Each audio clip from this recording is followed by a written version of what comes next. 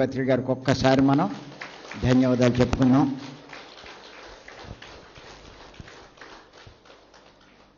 మనం నిన్నటి నుంచి ఒక విషయమే చెప్పుకుంటున్నాం.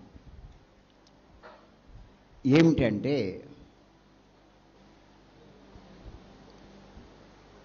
మోక్షం పొందాలి అంటే భగవద్గీతలో చెప్పబడినటువంటి 4 రకాల మార్గాల గురించి మనం చెప్పుకుంటున్నాం.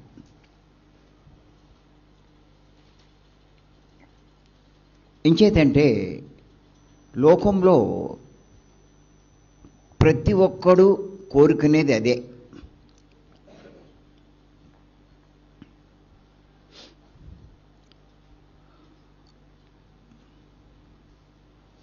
మోక్షము అంటే దుఃఖంలోంచి శాశ్వతంగా బయటపడ్డాం.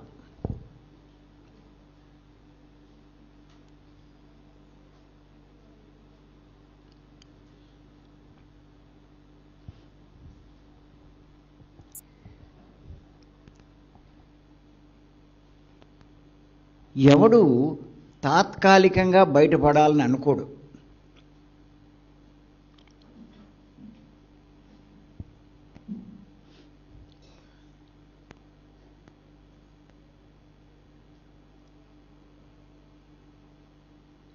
తాత్కాలికము అంటే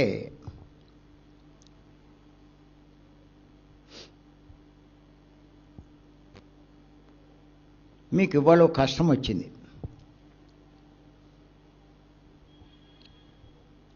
సరే మీరు చేసిన ప్రయత్నం వల్ల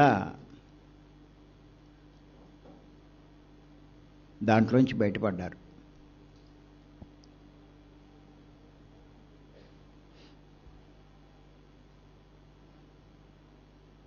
కానీ కొన్నాళ్ళు పోయాక మళ్ళా ఇంకో కష్టం వచ్చింది.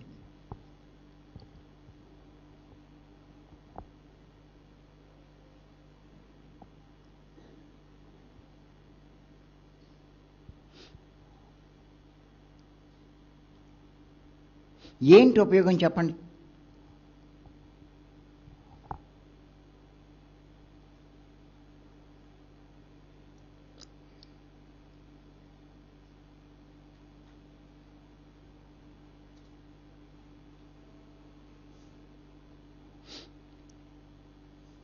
సంబరపడినంతసేపు లేదు.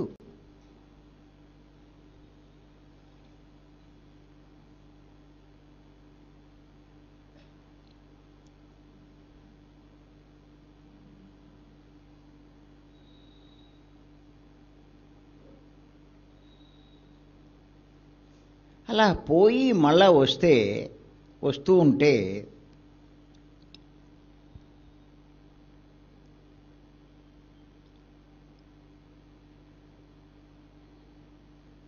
అది తాత్కాలికమవుతుంది.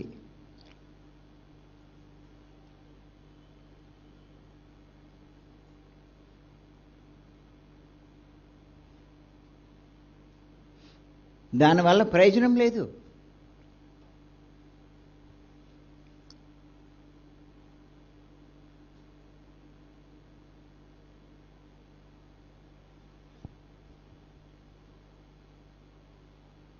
శాశ్వతంగా బయటపడాలి.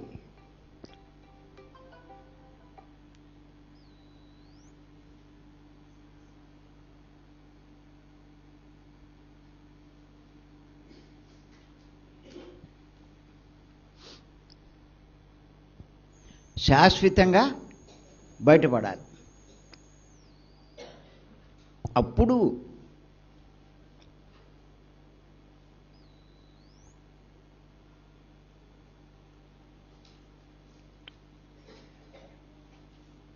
దాన్నే మోక్షము అంటారు.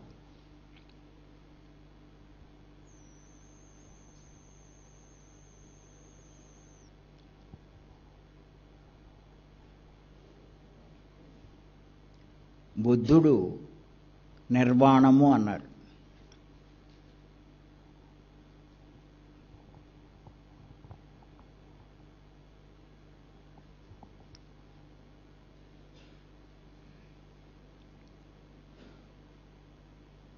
ఆ ప్రయత్నం చేయాలి మనం.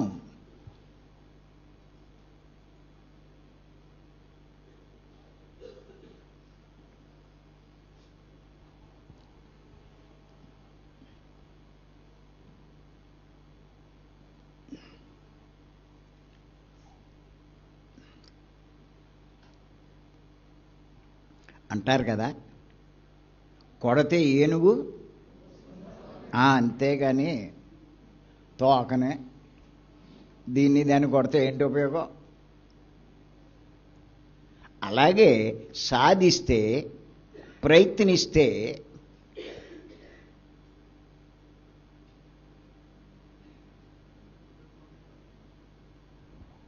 ఏమండి సార్?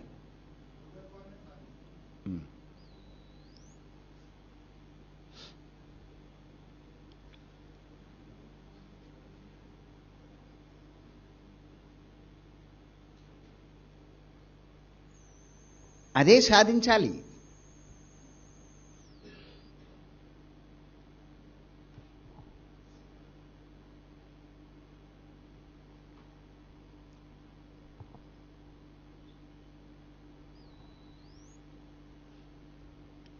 మన వాళ్ళంతా ఏమంటారు? ధ్యానం చేయండి, మీ రోగం పోతుంది. ధ్యానం చేయి, నీ కోరికలు నెరవేరుతాయి. ధ్యానం చేయి, అది కనబడుతుంది, ఇది కనబడుతుంది. ధ్యానం చేయి, ఆడు నీ దగ్గరకు వస్తాడు, ఈడు నీ దగ్గరకు వస్తాడు. ఇవి చెప్తారు. ఏంటి నీకు ఉపయోగం? నీ దుఃఖంలోంచి శాశ్వతంగా బయటపడ్డావా లేదా?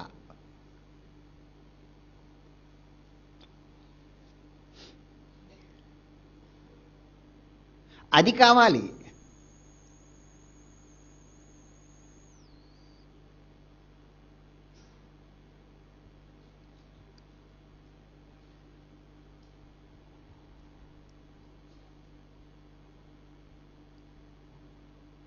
ఎంతసేపు ఒకటే గోల.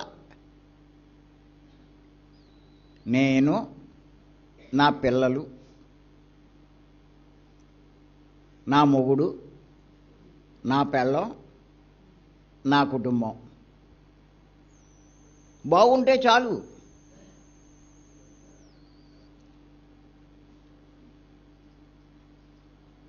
అదే గోల.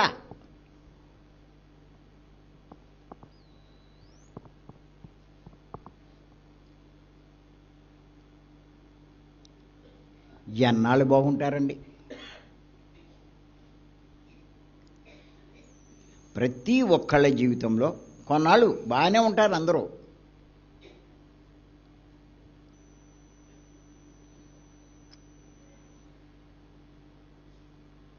తర్వాత అనుకోకుండా వస్తూ ఉంటాయి.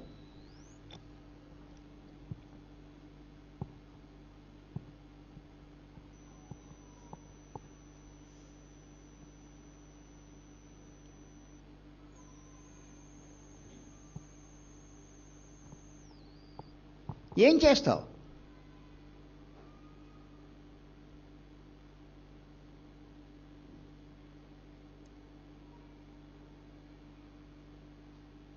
బాగా డబ్బు సంపాదిస్తే అన్నీ పరిష్కరించుకోవచ్చు అనుకుంటారు.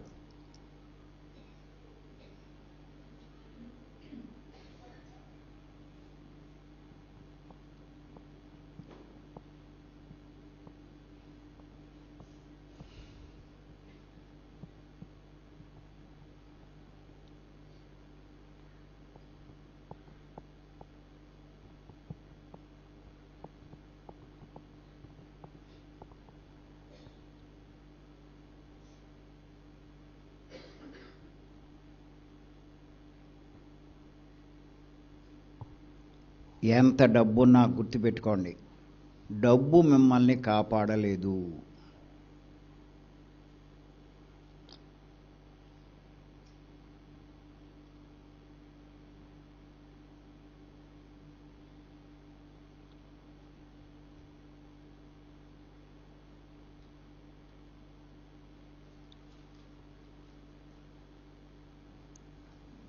మీరు చూడండి, పత్రి గారి దగ్గర 30 ఏళ్ల క్రితం పైసా ఉండేది కాదు. అది ఆయన పొజిషన్.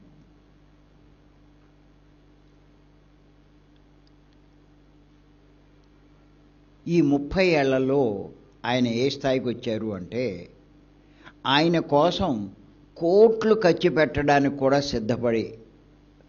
పడినోళ్ళు ఎంతోమంది ఉన్నారు. కోట్లు ఖర్చు పెడతారు.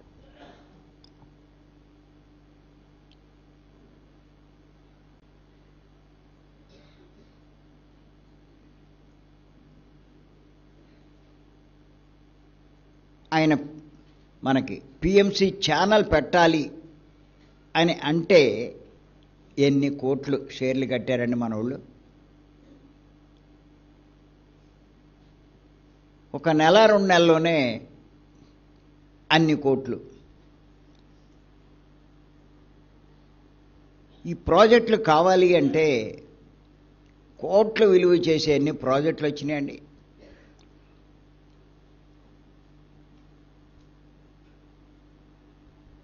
కోట్లు ఖర్చు పెట్టగలిగే వాళ్ళు ఇంతమంది ఉన్నా ఆయన్ని కాపాడగలిగారా? అర్థం చేసుకోండి. డబ్బుతోటే అన్నీ సాధించవచ్చు అంటే పత్రి గారు భూమిని వదిలిపెడతారా? ఆలోచించండి. ఇన్ని కోట్లు ఖర్చు పెట్టగలిగి ఇంతమంది ఉన్నా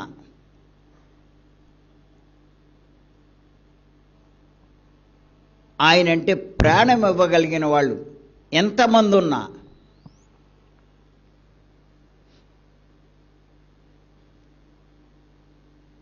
ఆయన్ని భూమి మీద ఉంచగలిగారా? ఒక్కసారి ఆలోచించండి. ఇదంతా ఎందుకు చెప్తున్నాను అంటే, డబ్బు ఉంటే ఏదైనా చేయొచ్చని ఆ డబ్బు వెనకాల పరిగెడతారు జనం.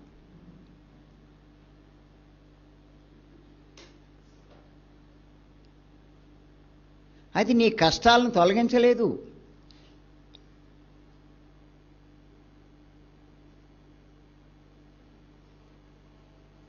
డబ్బు ఏం చేస్తుందండి? డబ్బు ఏం చేయగలదు? సుఖాలు సమకూర్చగలదు. ఓ పెద్ద మేడ కట్టగలదు, గొప్ప డెకరేషన్ చేయగలదు, ఏసీ రూములు పెట్టగలదు, కార్లు కొనగలదు, ఏయైనా చేయగలదు ఆ డబ్బు. ఇన్ని చేశాక ఆడికి జబ్బు వచ్చింది, కిడ్నీ ఫెయిల్యూర్ అయింది. ఏం చేస్తారు డబ్బు? చెప్పండి.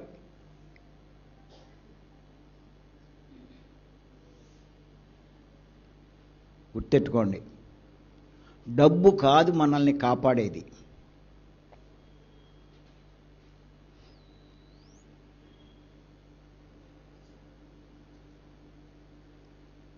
ధనము కాదు మనల్ని కాపాడేది.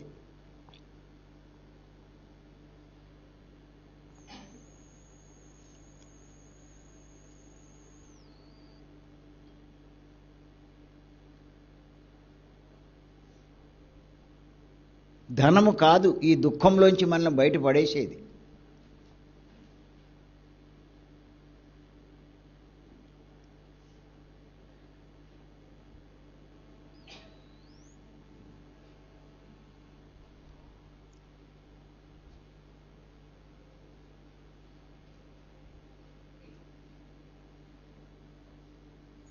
ధనము కాదు మనకు మోక్షాన్ని ఇవ్వగలిగేది.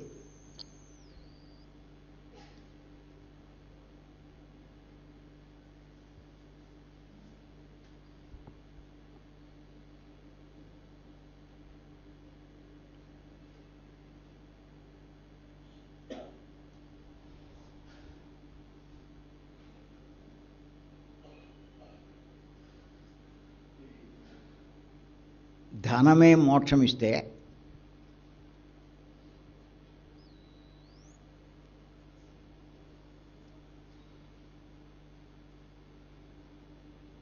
ప్రపంచంలో అపర కుబేర్లు ఎంతోమంది ఉన్నారు.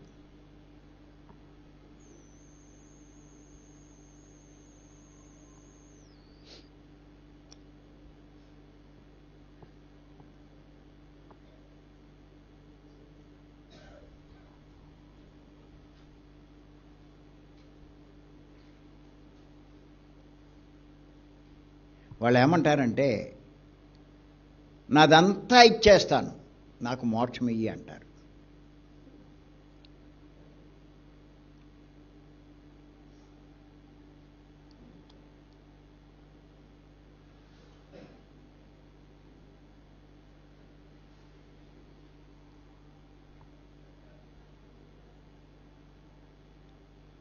కానీ ఇవ్వగలరా?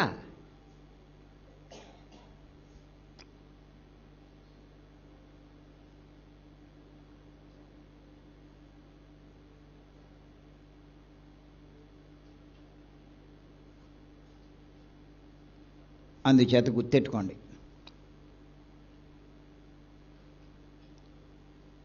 ధనం ఉన్నవాడు మోక్షాన్ని పొందలేడు.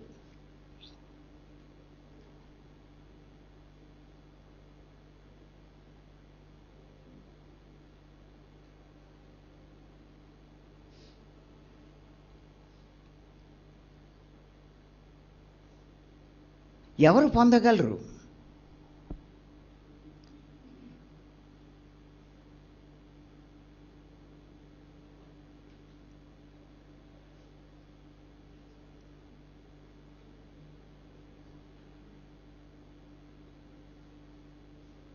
ధనము లేనివాడైనా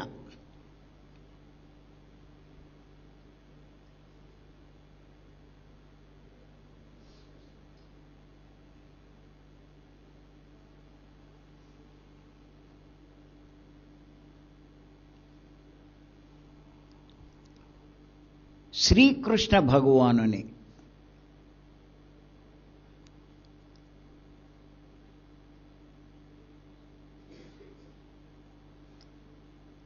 బోధలు అర్థం చేసుకుని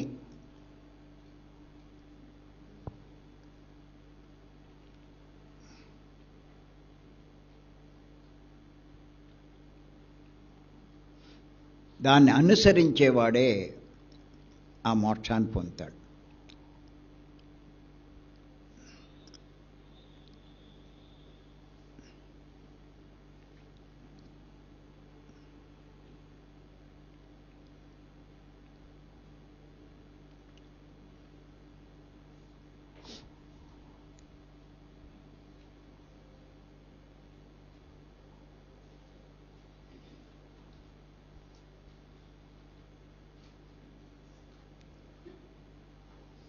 అదే ఇప్పుడు తెలుసుకుంటున్నాం మనం.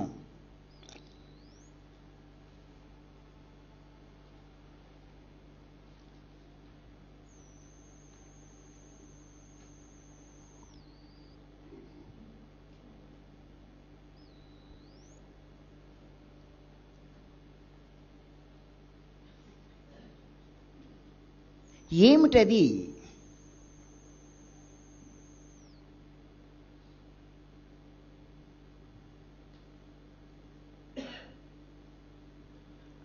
ఏమిటి అది అంటే,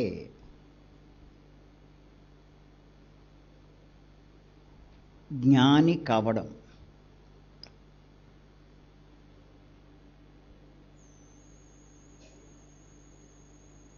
పూర్ణ జ్ఞాని కావడం.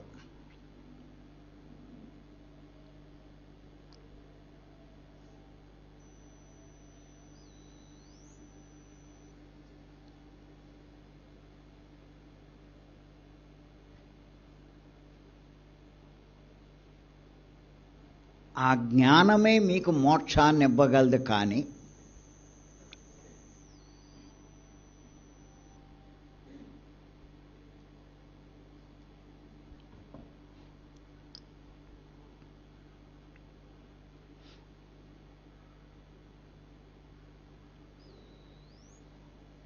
మీరు రాత్రి పగలు కష్టపడి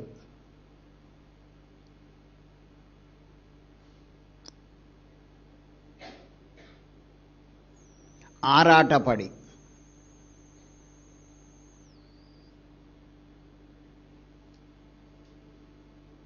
సంపాదించే ధనం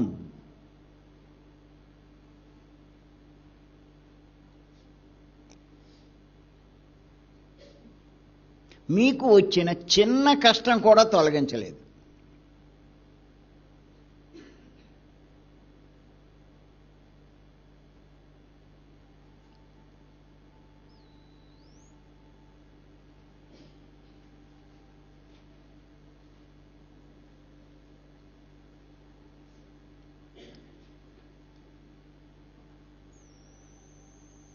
ఒక రకంగా చెప్పాలంటే మనమంతా ఆ ప్రయత్నంలోనే ఉన్నాం.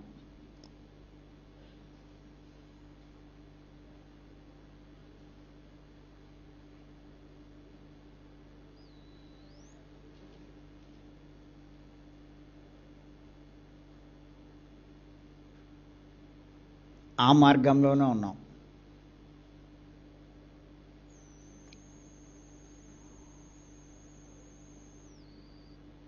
ఎంత అదృష్టవంతులమండి మనం.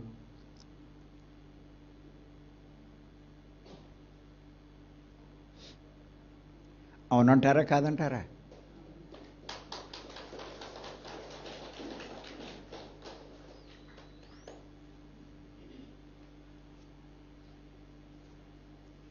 కానీ మార్గంలోనే ఉన్నాం. మళ్ళీ అక్కడ ఒక కానీ ఒకటి ఉంది.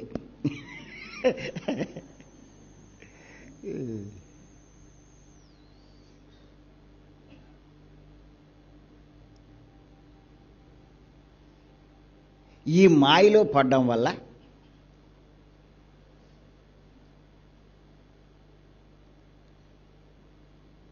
మాయ వల్ల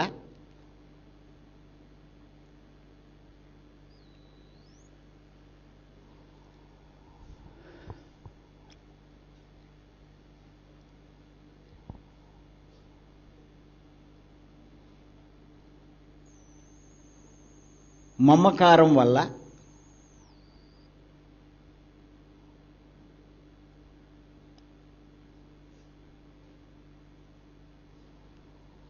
మమకారం అంటే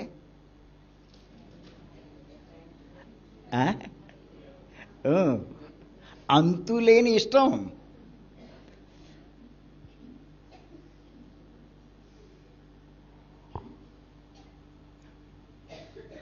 వ్యామోహం.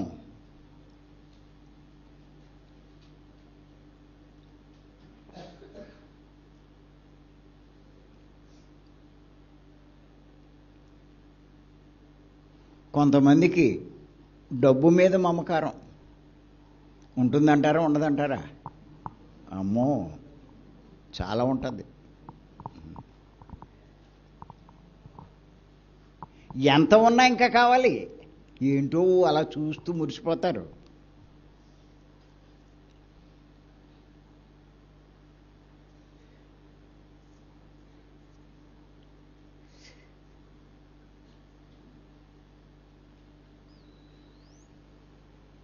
మీరు ఎవరినైనా బాగా సంపాదిస్తున్న వాళ్ళని అడగండి, ఎంత సంపాదించావు కదరా, ఇంకా ఎందుకు అలా కష్టపడతా ఉంటే ఏమంటారు? నీకేం లోటు లేదు కదా అంటే, అబ్బే నాకేమీ లోటు లేదు. మరి ఎందుకు ఈ ఆరాటం అంట అంటే ఏమంటాడు? నాకుంది, మరి మా అబ్బాయి వాడికి అక్కర్లేదా అంటారా? అనరా? అంటారు. ఆడికి కూడా కావలసినంత సంపాదించారు, మళ్ళీ కొన్నాళ్ళు కష్టపడి, మళ్ళీ అప్పుడు అడగండి. మళ్ళా ఆడికి ఇచ్చాను కానీ నా మనవుడికి ఇటు చచ్చేదాకేలాగా అంటాడు. మనవుడైపోతే ముని మనవుడు.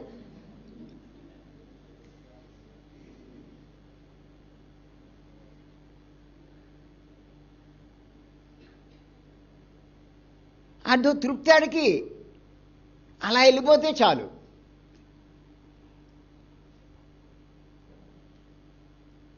ఆడికి కావాల్సిన తృప్తి ముక్తి కాదు.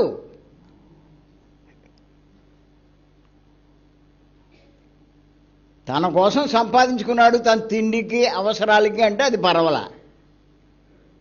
తనకు సరిపడా ఉన్నా ఇంకా పిల్లల కోసం, మనవల కోసం, ముని మనవల కోసం రాత్రి బాలు చత్తనాడు అంటే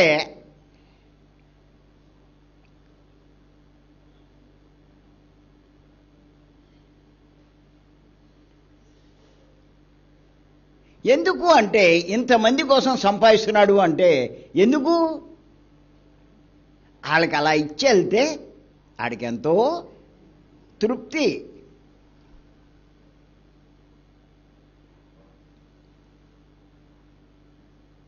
అన్నీ రాసుకోండి, తర్వాత జాగ్రత్తగా ఆలోచించండి.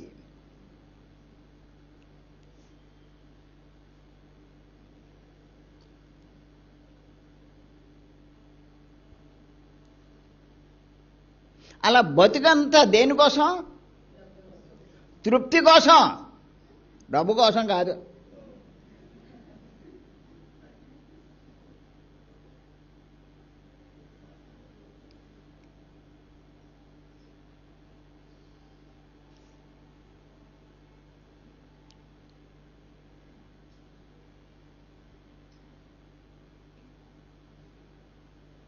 అనుకుంటాడు, అలా చచ్చిపోతే చాలు నాకు అనుకుంటాడు.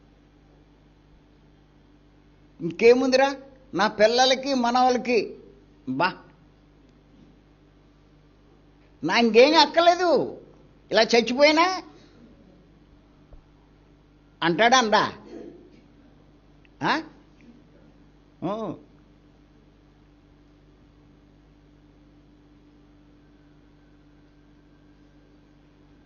అంటాడు. చచ్చాక ఈ పిల్లలే ఈయన్ని తగలేసేస్తారు. ఎవరిని?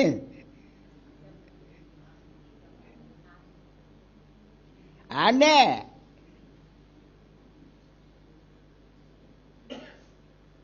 ఏ కొడుకు కోసం ఆరాటపడ్డాడో ఆడే తగలబెడతాడు, కాల్ చేస్తాడు. వీడు పైన ఉంటాడు, పైన చూస్తూ ఉంటాడు, వీడు తగలబెడుతుంటే ఒరే ఏంట్రా నన్ను తగలబెట్టేద్దాం అంటాడు.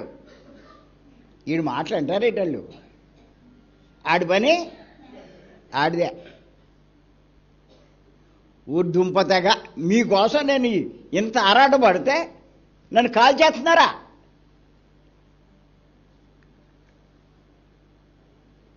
నిన్ను కాల్చకపోతే మా ఇంట్లో ఉండగలమా మేము అని ఇంట్లోంచి బయటికి ఈడ్చేస్తారా ఏడ్చరా?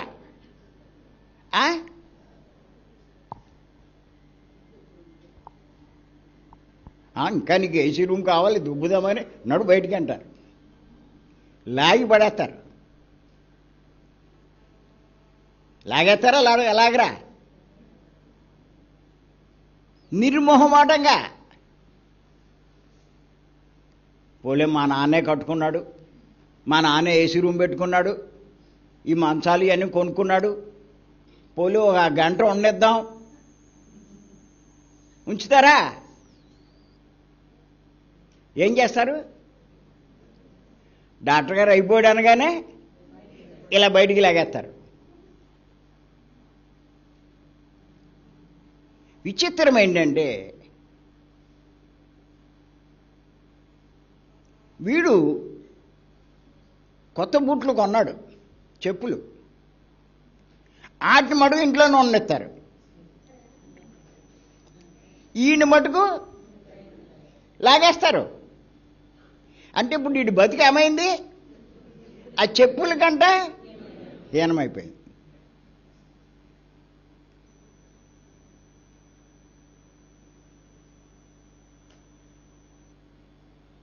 దేనికోసం ఆరాటపడుతున్నారు?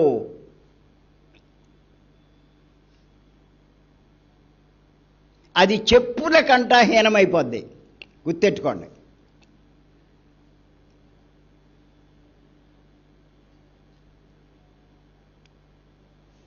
దేనికోసం ఆరాటపడుతున్నారు మీరంతా? ఈ దేహం కోసం, అవునా?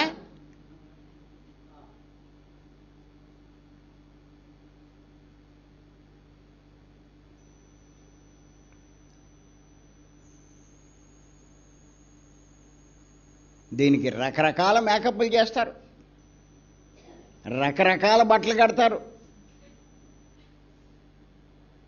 రకరకాలుగా దీన్ని మేపుతారు. మేపడం అంటే ఏదో రోజు ఏదో కొద్ది బెటరో, పొద్దున్న వెరైటీ ఉండాలి, మధ్యాహ్నం వెరైటీ ఉండాలి, మళ్ళీ ఈ మధ్యలో ఇంకో వెరైటీ ఉండాలి. ఈ మధ్యలో ఏంటంటారు అట్ని? స్నాక్స్. మీకు తెలీదా?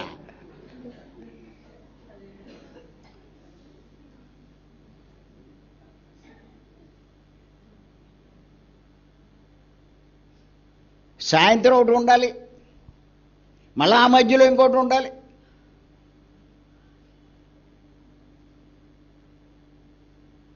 దీని మీద ఎంత శ్రద్ధ చూపెడుతున్నారండి? దేని మీద?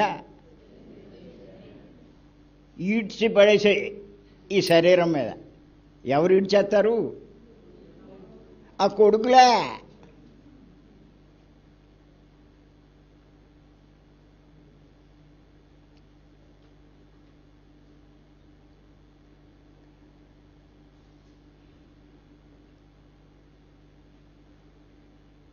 ఆ ధనం మీద మమకారంతో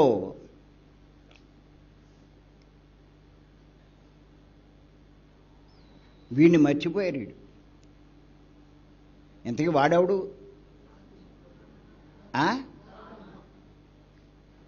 ఎవరు వాడు? ఆత్మ. ఇప్పుడు చెప్తే ఎక్కి సావదులేండి, చచ్చాక ఎక్కుతుంది. అవును, ఆయన చెప్పింది కరెక్టే. నేను ఇప్పుడు దాకా ఆయన చెప్తే నమ్మలేదు.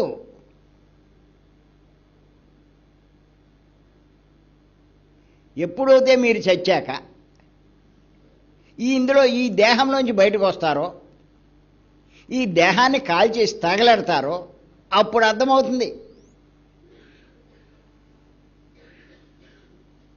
ఆయన చెప్పింది కరెక్టే. ఇప్పుడేం చేసి చస్తాడు? అయ్యో, ఆయన చెప్పినట్టు చేయవలసింది అప్పుడు అనుకుంటాడు.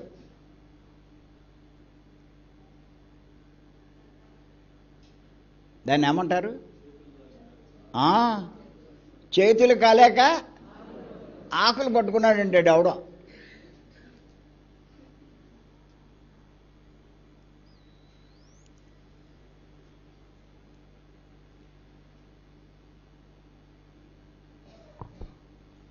ఇంకా కొంతమందికి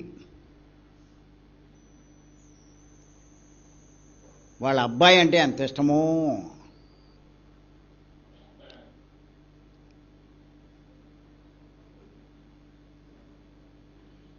ఇంకా కొంతమందికి అమ్మాయి అంటే ఎంత ఇష్టమో. ఇష్టమంటే మమకారం.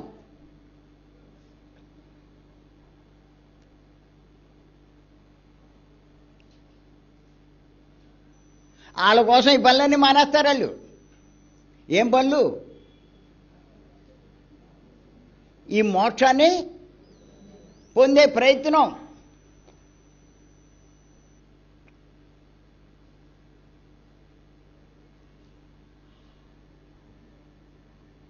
ఢిల్లీలో ఒక ఆవిడ ఉంది, మన సొసైటీలోనే. కుమారయ్య ఎవరు ఆవిడ పేరు? ఎవరో ఒకసారి లిగమ్మా. అదిగో ఇక్కడే ఉంది ఇవిడ. ఏం మమకారం అంటే వాళ్ళ అబ్బాయి అంటే. వాళ్ళ అబ్బాయికి ఇప్పుడు ఎంబీబీఎస్ చదువుతున్నాడు. రోజు ఈవిడ 3 పూట్ల ఈవిడే నోట్లో పెట్టాలి.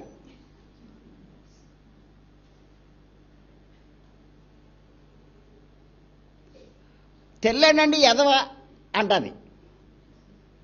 నేను కలిపి పెట్టకపోతే అడిగి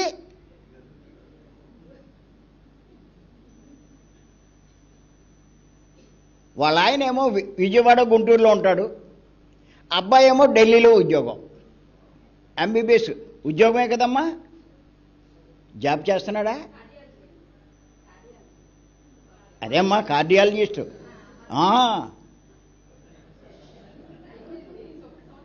ఓహో, అయిపోయిందా? అది ఈవిడ మొగుడిని వదిలేసి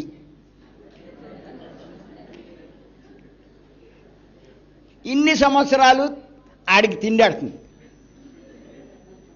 మొగుడికి ఏమైనా కావాలంటే ఈవిడ దగ్గరికి రావాలి, కానీ ఈవిడ మటుకు కొడుకునే వదిలిపెట్టదు.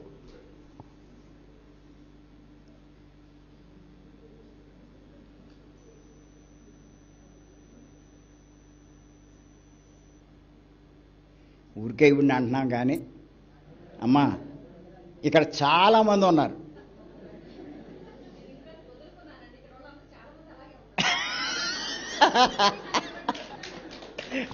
బాగా చెప్పావమ్మా.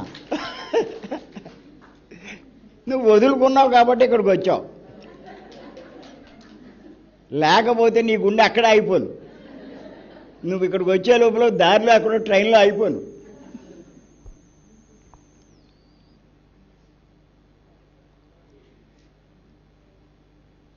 అడిగాను నేను, అమ్మ పెళ్లి చేస్తావా అబ్బాయి పెళ్లి చేయవా అన్నాను.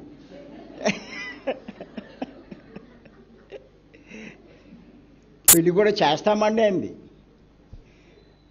మరి పెళ్లి చేస్తే అని కాపురం చేయనిస్తావా, లేకపోతే ఆవిడ పెళ్ళం వచ్చిన తర్వాత కూడా నువ్వే గదిలో కూర్చుని పెడుతూ ఉంటావా అన్న.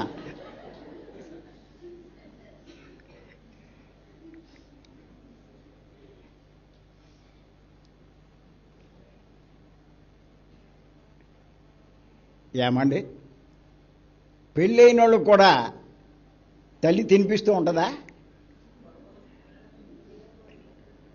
మరి పెళ్ళం ఏం చేస్తుంది?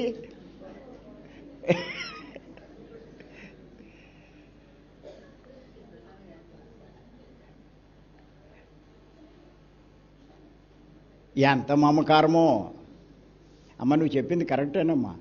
నీ పేరు ఏంటన్నావు? జానకి. ఇగో మాకు ఇంకో లక్ష్మణ్ ఉంది వైజాగ్లో.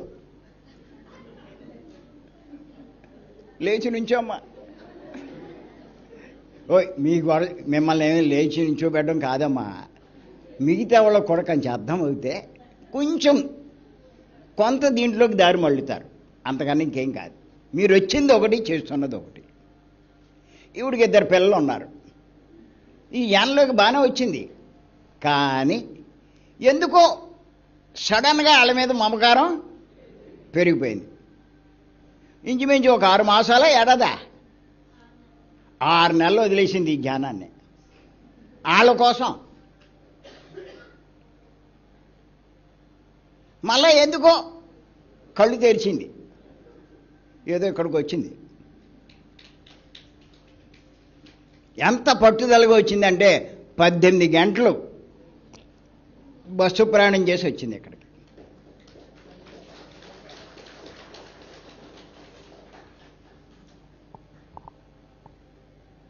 వీళ్ళు కొడుకులు, వీళ్ళు ఎగ్జాంపుల్. కూతుళ్ళు కొంతమంది ఉన్నారు. మాకు మణి అని ఒక ఆవిడ ఉంది. ఏదేవిడ? అయ్యో అయ్యో ఇక్కడ ఉంది. ఈవిడికి ఒక కూతురు ఉంది. ఆ కూతురు కోసం ఆవిడ ఇప్పుడు బొంబాయిలో చదువుతుంది, ఈవిడది మంచిర్యాల. మంచిర్యాలలో ఉన్న మొగుడిని వదిలేసి బొంబాయిలోనే ఉంటుంది ఇవిడ.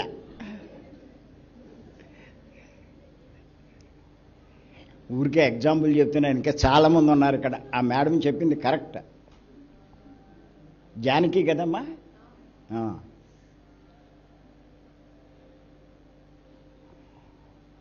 మీ అబ్బాయి బెంగెట్టుకోలేదా?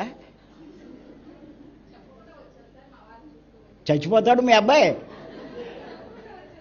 ఓహో, మీ ఆయన్ని పెట్టమన్నావా? అంటే ఏం చేయాలి మేనేజ్ అంటే? నువ్వు పెడుతున్నావు, ఇప్పుడు ఆయన పెట్టమని వచ్చావా ఆయనకి అప్పచెప్పి?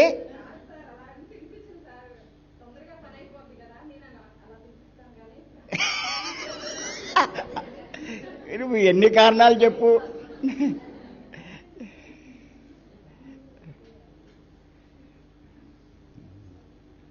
తొందరగా పని అయిపోద్ది అంటాడు. తొందరగా అయిపోతుందని ఓ కూరేస్తే తినేస్తాడు. ఆడు తిరగలిగినంత ఈ చేయి పెట్టలేదా?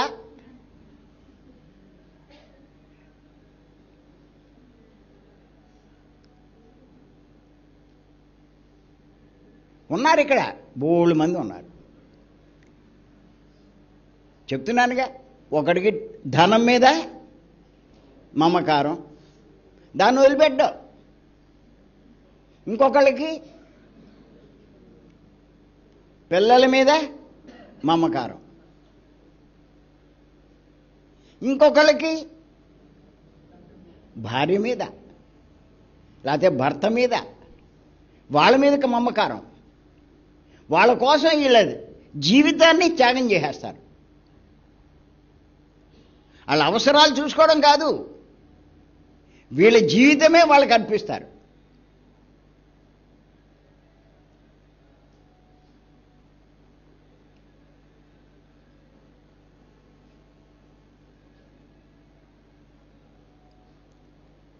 అసలు వీళ్ళు వచ్చింది దేనికి? ఆత్మలైన వీళ్ళు వచ్చింది దేనికి? జ్ఞానం సంపాదించి మోక్షాన్ని పొందడానికి. కానీ ఇక్కడికి వచ్చిన తర్వాత వీళ్ళు చేసే పనులేటి? కొడుకులు, కూతుళ్ళు, డబ్బు, భార్య, భర్త, ఇవా? ఆహాహా.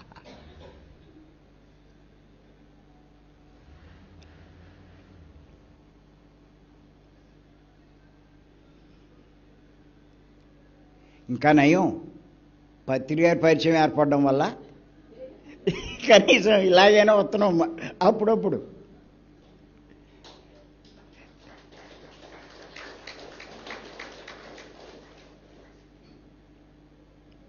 గుర్తెట్టుకోండి, అన్నీ ఉంటాయి, ఉండాలి.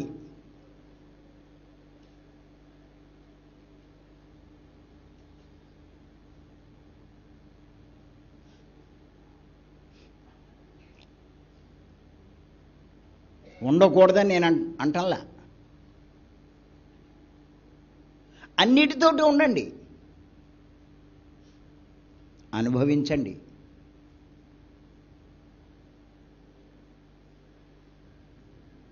కానీ మమకారం వదిలేయండి.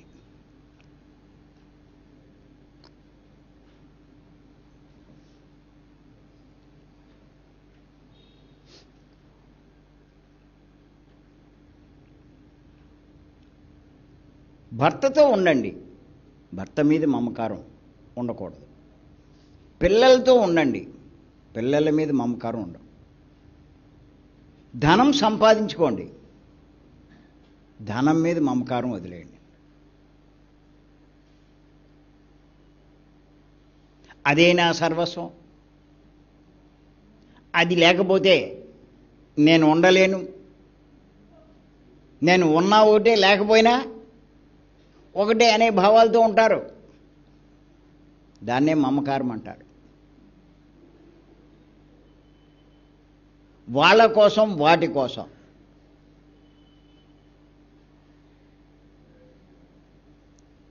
చెయ్యకూడని పాపాలు చేస్తూ ఉంటారు, తప్పులు చేస్తూ ఉంటారు,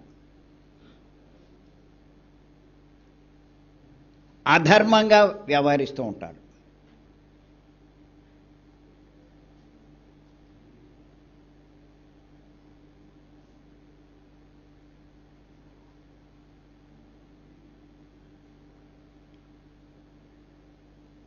వారు వచ్చింది మోక్షం కోసం,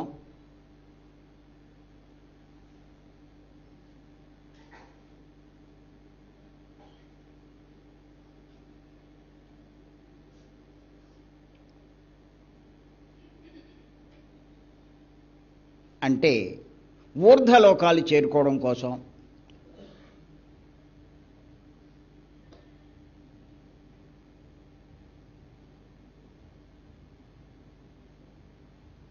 కానీ చేరుకునేది అధోలోకాలు.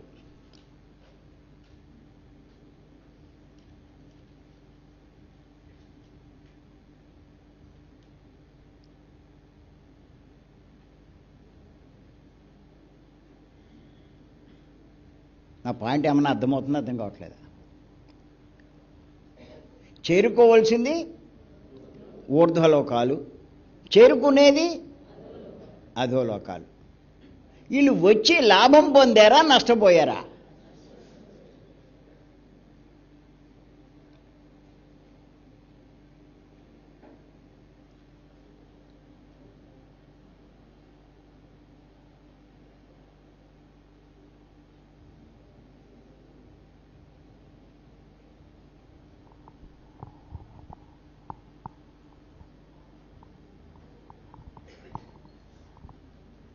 అమ్మ జానకి, కొడుకునే వదిలేకు ఇప్పుడు ఇవన్నీ చెప్పాక. చూసుకో, కానీ నోట్లో పెట్టుకో. అర్థమైందా? వండు.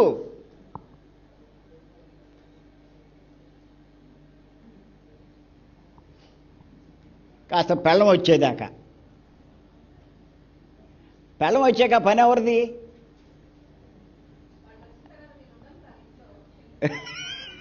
కింద కూర్చుంటావా? మొగుడి దగ్గర ఉంటాం. అలా అయితే మీ ఆయన వెంటనే ఆడికి పెళ్లి చేసేయాలి. సరే అమ్మా.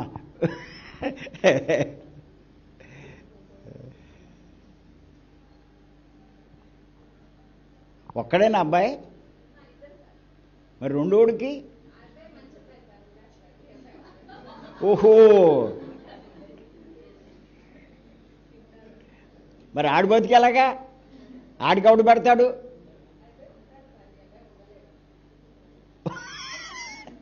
అని అనుకుంటుంది. ఆడు ఉంటాడంట.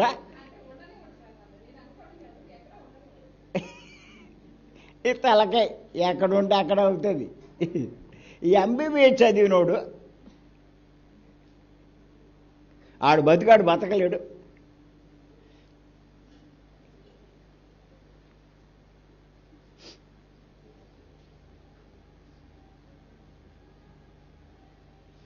ఇద్దరు కొడుకులుంటే ఒకనంత ఆప్యాయంగా చూస్తూ ఉంటే రెండో కొడుకులో తెలియకుండా ద్వేషం పెరుగుతుందా పెరగదా?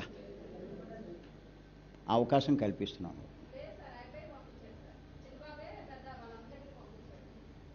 లోపల ఉంటుంది, అది నీకు తెలీదు, కనపడదు. అది నేను చాలామందిలో చూశాను. ఇది వీళ్ళు చేసే పనుల వల్ల వాళ్ళు తెలియకుండానే వీళ్ళ మీద ద్వేషం పెట్టుకుంటారు. అవసాన దశలో అది బయటపడుతుంది. ఇప్పుడేం బయటపడదు.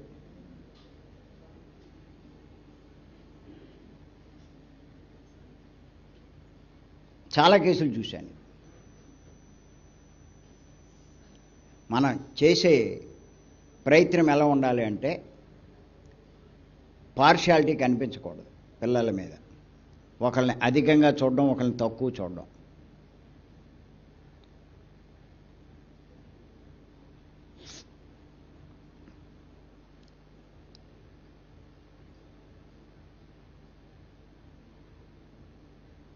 ఏమవుతుంది? చేతులు కాలేక అంతే, ఏం చేసి చేస్తాం.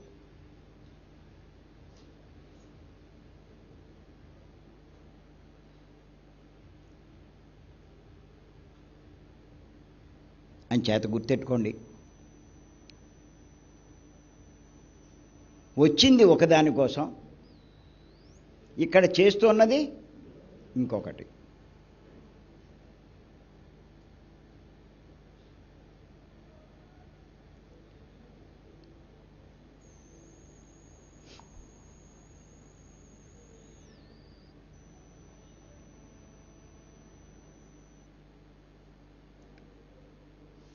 మీరు ఈ క్లాసులకు వచ్చి తెలుసుకుంటున్నారు. ఇది ఏం తెలుసుకుంటున్నారు?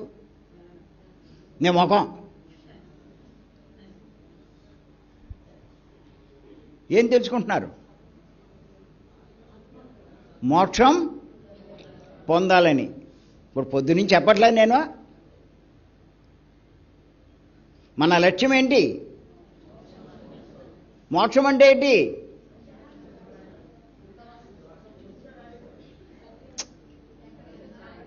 చదవండి. ఓ తెగరాహేశారు. చెప్పు. శాశ్వతంగా దుఃఖంలోంచి బయటపడ్డాం. రాయరు, బద్ధకం.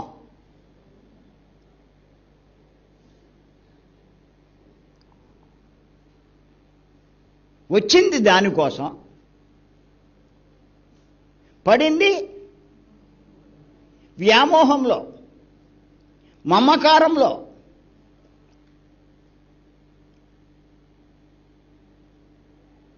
ఎలాగండి అంటారు. ఎలాగండి అంటే చావండి అంటాం, ఇంకంతగానే ఉంటాం.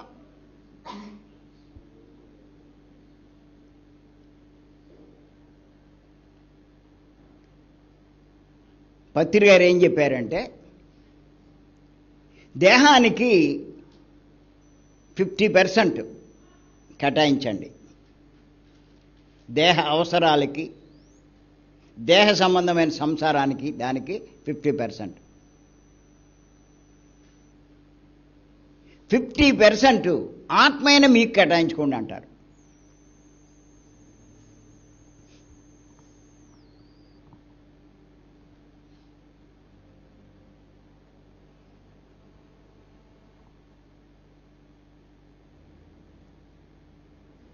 ఇరవై ఏళ్ల క్రితం పత్రి గారి మాట అర్థం చేసుకున్నాక, ఆయన సందేశం, ఆయన బోధ, మేము 90% మేమిద్దరము ఆత్మ కేటాయిస్తున్నాం.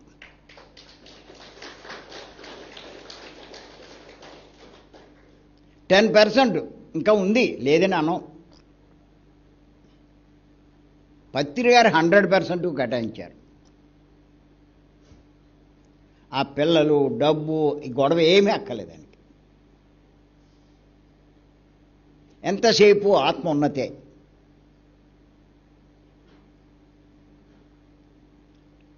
నేనేం సలహా ఇస్తున్నా అంటే, మీకు ఇన్ని బంధాల్లో ఉండిపోయారు కాబట్టి మీరంతా కనీసం 25%, ఎంత 25% మీకు, మీకు అంటే ఆత్మకు, 75% మీరు కానీ ఎవరది? దేహం. అంబో, కొంచెం అర్థమైంది.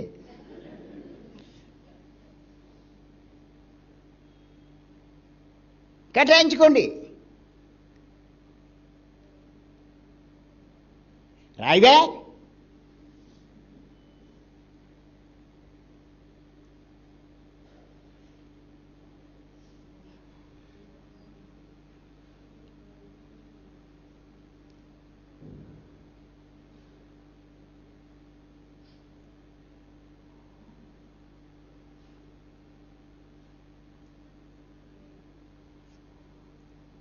నేను చెప్పింది అర్థమైందా, అర్థం కాలేదా?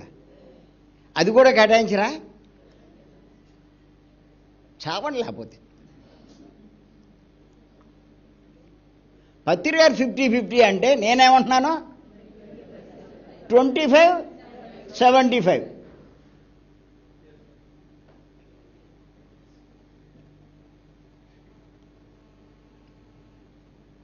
మీకు ఒకటే చెప్తున్నానండి,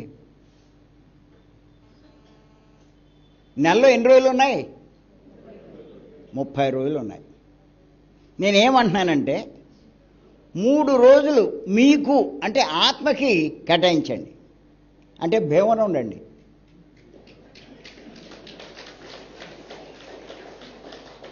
మూడు రోజులే కేటాయించలేరా? అర్నిత సదియా భీమవరం రావాలక్కర్లేదా? 3 రోజులైనా రావాలక్కర్లేదా? మిగతా 27 రోజులు దీన్ని బాగా పోషించండి. అమ్మ కుమారే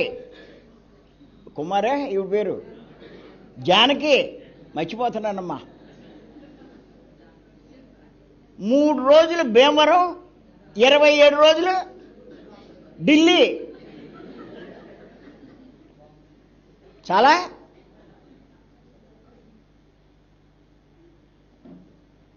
ఈవిడ ఇంకో భయం ఉంది ఈవిడికి, భీమవరం వస్తే. చెప్పనా నీ భయం ఏంటో? ఏంటంటే ఆవిడ భయం, ఏమో నేను అలా 3 రోజులు వస్తే మొత్తం మా అబ్బాయిని వదిలేవలసి వస్తుందేమో. ఆడేమైపోతాడో నేనేమైపోతాను. వదిలిపెట్టద్దు. 27 రోజులు ఆడిని అంటూ పెట్టుకుని ఉండు. రాత్రి ఒక గదిలోనే పడుకుంటారా? పడుకుంటుంది అప్పుడు. అందుకే మాట్లాడలే. మా పెళ్లి చేసుకోవడం పెళ్ళానికి కూడా ఇవ్వవా? ఓహో, అప్పుడు బయటకు వచ్చేస్తావా? సరే సరే.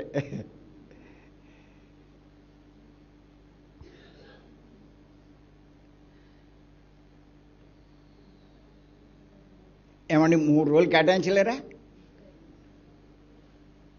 మీరందరూ అలా వస్తారనే అక్కడ కెపాసిటీ పెంచుతున్నాం భీమవరంలో.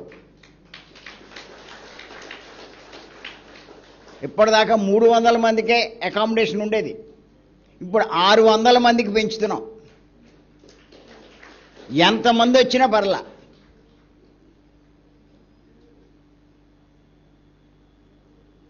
ఇక్కడికి వచ్చినా మీరు ఎంతో కొంత ఫీజు కట్టుకోవాల్సి వచ్చింది.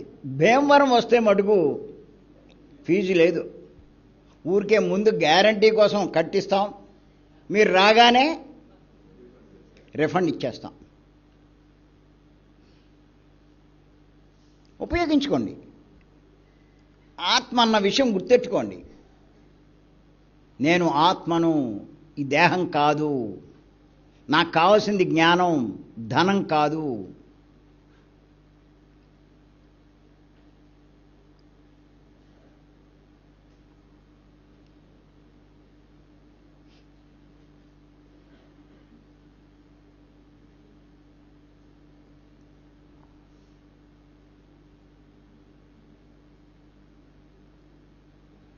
ఏమండి రోజులు ఎన్ని గంటలు ఉన్నాయి?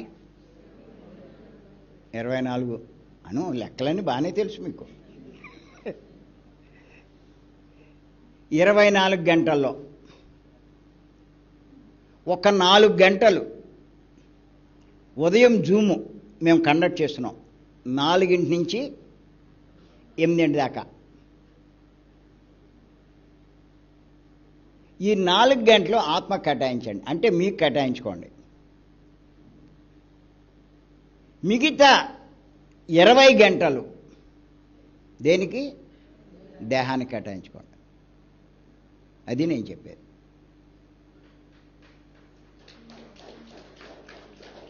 రవి, వీళ్ళందరినీ జాయిన్ చేసావా అమ్మా?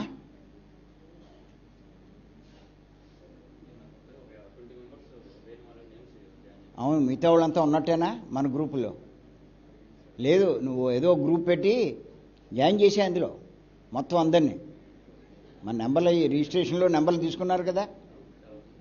సింధు ఫోన్ చేయి, మొత్తం యాడ్ చేసాం మనం. డబ్బులు ఉంటే అక్కడే కనిపిస్తుంది నీకు. వీళ్ళు ఈ గ్రూపులో ఉన్నారని డిలీట్ చేయొచ్చు, లేకపోతే వాళ్ళే డిలీట్ చేసుకుంటారు, నష్టమేం లేదు.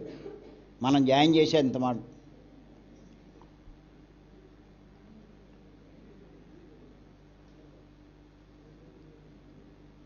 ప్రతి ఒక్కరూ జూమ్లో జాయిన్ అవ్వండి. వాట్సాప్ గ్రూప్లో ఆ ఇన్ఫర్మేషన్, ఆ మెసేజ్లు, మేడం చెప్పేవి, నేను చెప్పేవి వస్తాయి. సాంగత్యం అన్నది చాలా చాలా ఇంపార్టెంట్.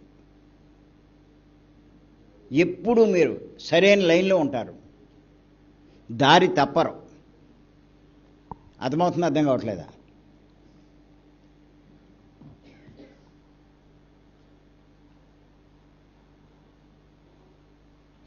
పప్పులో కాలు వేయరు. వేస్తే ఏమవుతుంది? పప్పులో కాలు వేస్తే కింద పడిపోతారు. పై లోకానికి వెళ్ళరు, కింద లోకాలకు పోతారు.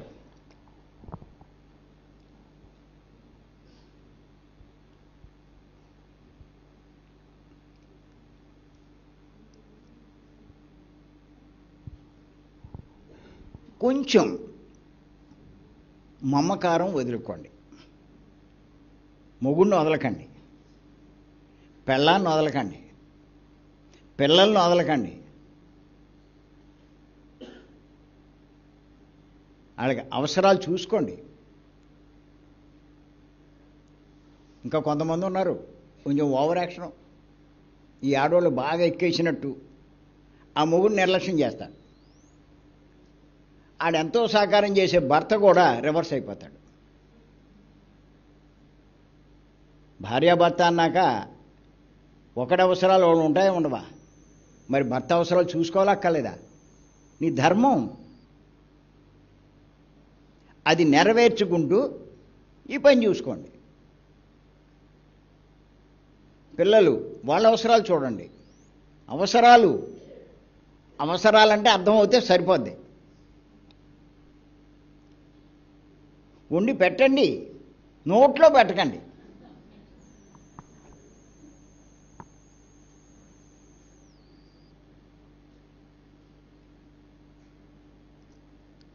పెళ్లి చేసి పెళ్ళం దగ్గర పడుకోనివ్వండి, వాళ్ళిద్దరి మధ్యలో మీరు పడుకోకండి.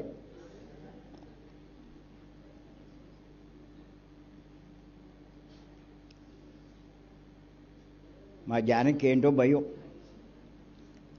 ఆవిడేమైనా చేసేస్తుందేమో మా అబ్బాయిని. ఓహో, సరే సరే అమ్మ, సరే. ఓహో, ఇప్పుడు పట్టుకున్నది ఎవరంటావు? నువ్వా మీ అబ్బాయా? మరి ఇంకే.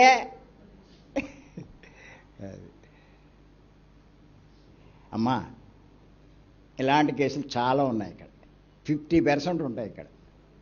అది ఏమో 70% ఉన్నాయేమో.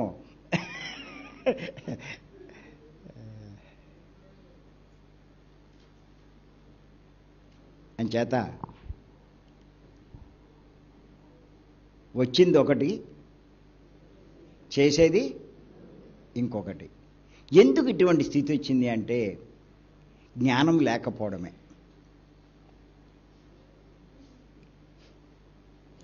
ఆ జ్ఞానం సంపాదించుకుంటే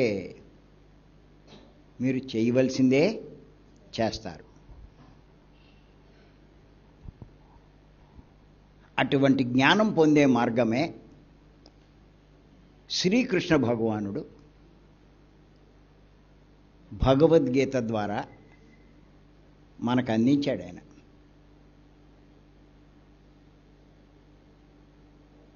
ఆయన అందించిన 2 మార్గాలు చెప్పుకున్నాం. ఏమిటవి 2?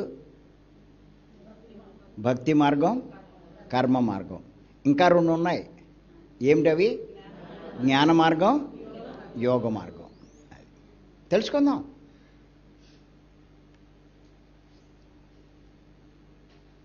ఎంత అద్భుతమైన మార్గాన్ని మనకు అందించిన గురువు గారు బ్రహ్మర్షి పత్రి గారు, వారికి ఒక్కసారి మనం